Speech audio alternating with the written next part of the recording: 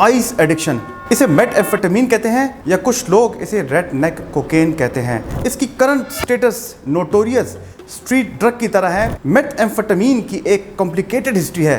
बस एक नज़र डालें इन नंबर्स पर। अमेरिका का एक इदारा DEA ये सिर्फ 2013 में 13,500 किलोग्राम मेटएम्फेटामीन को पकड़ा था। लेकिन दोस्तों, ये सिर्फ नंबर्स का खेल नहीं। हम आज देखेंगे कि आइस किस तरह स्पेसिफिक कम्युनिटीज़ को अफेक्ट करता है, उनको बर्बाद करता है, जिसमें एक शॉकिंग स्टैटिस्टिक है कि हर 10 में से 9 मेथ यूजर्स गे हैं, यानी कि होमोसेक्सुअल हैं, और इसके अलावा वो HIV का भी शिकार हैं। चलिए आज इसे ब्रेक डाउन करने की कोशिश करते हैं और हमारे साथ जुड़े रहिए, क्योंकि हम मेथएम्फेटामीन की एडिक्शन को समझने की कोशिश करेंगे। एम्फेटामीन्स पहली दफ़ा 1887 में रोमानियन केमिस्ट लाजार एडेलिन्यू ने सिंथेसाइज किया, लेकिन इस कंपाउंड को तब तक ज़्यादा ध्यान नहीं मिला जब तक मेटएम्फेटामीन को 1893 में एक जापानी केमिस्ट नागायोशी ने सिंथेसाइज नहीं किया।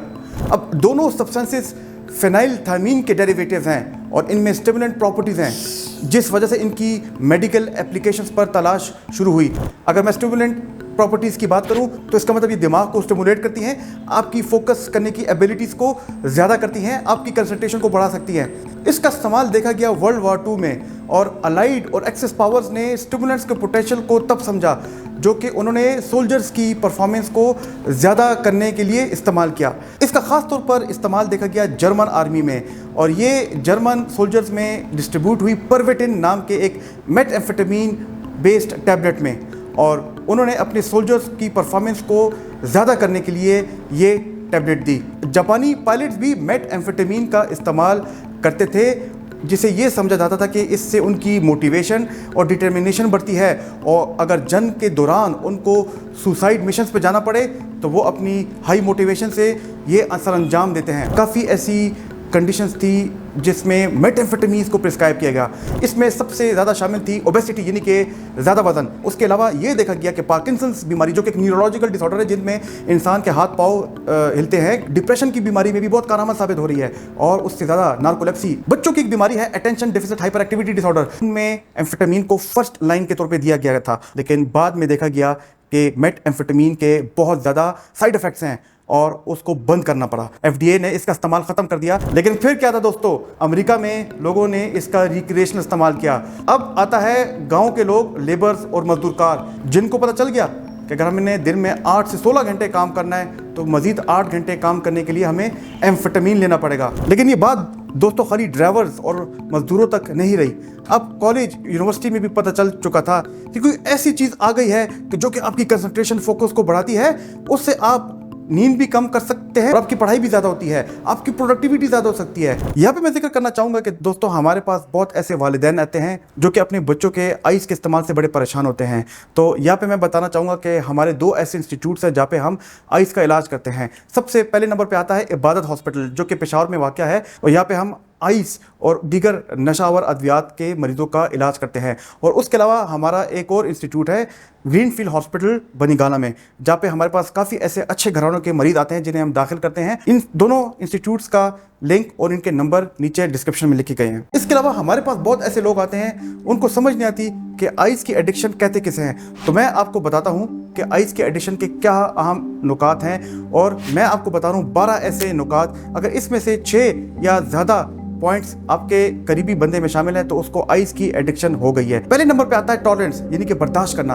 अगर आइस इस्तेमाल करने वाले को पहले से ज़्यादा आइस की ज़रूरत होती है ताकि वही असर, वही मज़ा महसूस हो, तो वो आइस के नशे का आदी हो सकता है। दूसरे नंबर पे आता है उसको विथड्रॉल सिम्टम्स हो रहे हैं, यानी कि अगर उसने आइस का इस्तेमाल बंद कर दिया तो उसके नुकसानात, उसके विथड्रॉल सिम्टम्स आएंगे, जिसमें बहुत ज़्यादा क्रेविंग हो सकती है, उसको बहुत ज़्यादा आइस की तलब हो सकती है। तीसरे नंबर पे आता है कि ये शख्स अपना कंट्रोल खो सकता है, यानी कि ये शख्स अक्सर अपने इरादे से ज़्यादा आइस लेता है, ज़्यादा अरसे तक आइस इस्तेमाल करता है, और अगर आइस छोड़ने की कोशिश करता है, बार बार करता है, लेकिन नाकाम हो जाता है। चौथे नंबर पे आता है कि आइस की शदीद ख्वाहिश होती है, शदीद क्रेविंग होती हैं।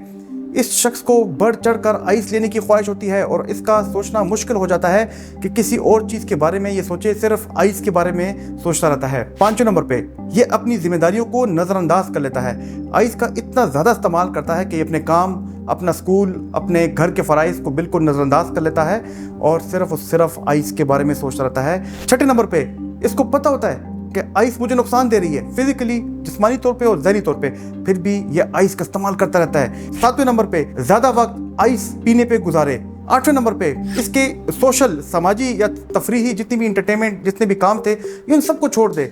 नौवें नंबर पे चाहे जितने भी खतरनाक हालात हो, जितने भी मुश्किल हालात हो, ये शख्स हमेशा आइस इस्तेमाल करेगा। 10वें नंबर पे इस्तेमाल का बढ़ाना।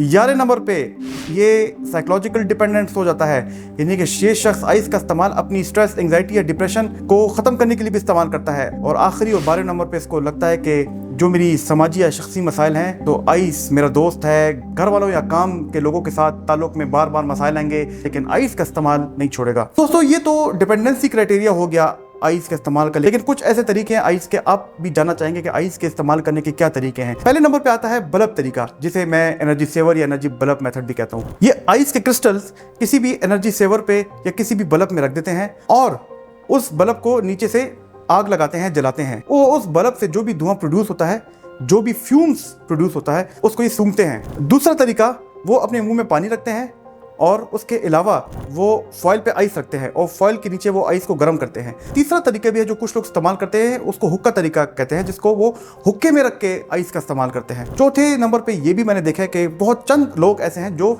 सिगरेट में आइस को रख के इस्तेमाल करते हैं। अभी एक नया तरीका मैंने चंद दिन पहले एक मरीज से पूछा कि वो क्रिस्टल्स को पीस के इंजेक्शन में डाल के और पानी में डाल के डायरेक्ट अपने खून की रगों में इस्तेमाल करते हैं, जिससे उनको हेपेटाइटिस बी, हेपेटाइटिस सी और एड्स का खतरा होता है। इसके अलावा उनकी खून की रगों में भी इन्फेक्शन का खतरा ज़्यादा होता है। लेकिन दोस्तों, इन इस्तेमाल से मरीजों को बहुत ज़्यादा साइड इफेक्ट्स भी होते हैं, यानी कि इंजेक्शन के इस्तेमाल से, जैसे मैंने बताया, इन्फेक्शन होते हैं। जब वो आग लगा के आइस को सूंघते हैं तो उनके नॉस्ट्रिल्स यानी नाक की इर्द गिर्द जलन हो जाती है और सबसे ज़्यादा ये कि उनके रिस्पायरेटरी, उनके लंग्स, फेफड़े और सांस की नाली के इर्द गिर्द बहुत ज़्यादा जख्म और इन्फेक्शन होते रहते हैं। दोस्तों, एक ऐसा सवाल है, लोग मुझसे ये भी पूछते हैं कि आइस कितनी देर में असर करती है।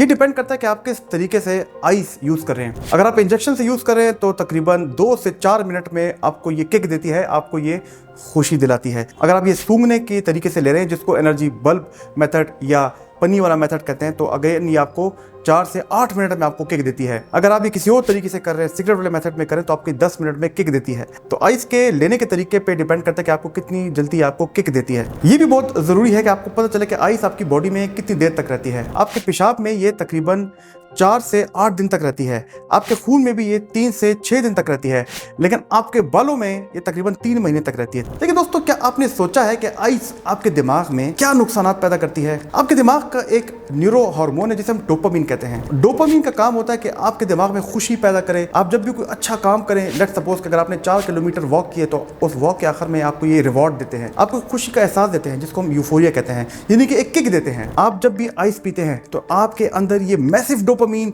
रिलीज करते हैं। तो जो जिंदगी की छोटी छोटी खुशियां हैं, यानी कि आपके बच्चों का पास होना, मौसम का अच्छा हो जाना, अच्छा खाना खाना, इन खुशी की कोई अहमियत ही आपको नहीं रहती। इसके नतीजे में क्या होता है, आप जब बहुत ज्यादा डोपामिन इस्तेमाल कर लेते हैं तो आपका दिमाग डोपामिन ज्यादा प्रोड्यूस नहीं कर पाता, तो आप एडिक्शन साइकिल में चले जाते हैं। इसके अलावा आपके दिमाग में एक सेरोटोनिन इम्बैलेंस को ये कॉज करता है। सेरोटोनिन आपके मूड स्विंग्स को रेगुलेट करता है, आपके जज्बाती सेहत का सबब बनता है। और जब सेरोटोनिन का इम्बैलेंस होगा तो आप सोच सकते हैं कि आपको मूड स्विंग्स होंगे, कभी खुशी और कभी एकदम गुस्सा। लेकिन एक ऐसी चीज जो कि आपकी बॉडी में आइस ज्यादा करता है, वो है नॉरएपिनेफ्रिन, नॉरएड्रेनालिन।